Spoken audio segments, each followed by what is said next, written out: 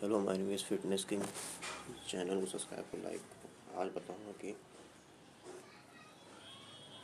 खड़े होकर bicep exercise कैसे की जाती है। देखो, ये डंबल को दोनों को बाजू को देखो भाई, उसको हैंड्स को एकदम चिपकाना है बराबर से।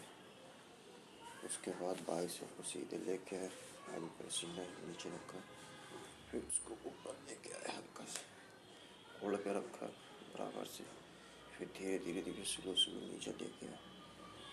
ठीक, फिर नीचे ऊपर से लेके आए होल्ड पे, धीरे धीरे होल्ड पे रखा थोड़ी देर, फिर नीचे आराम से लेकर ये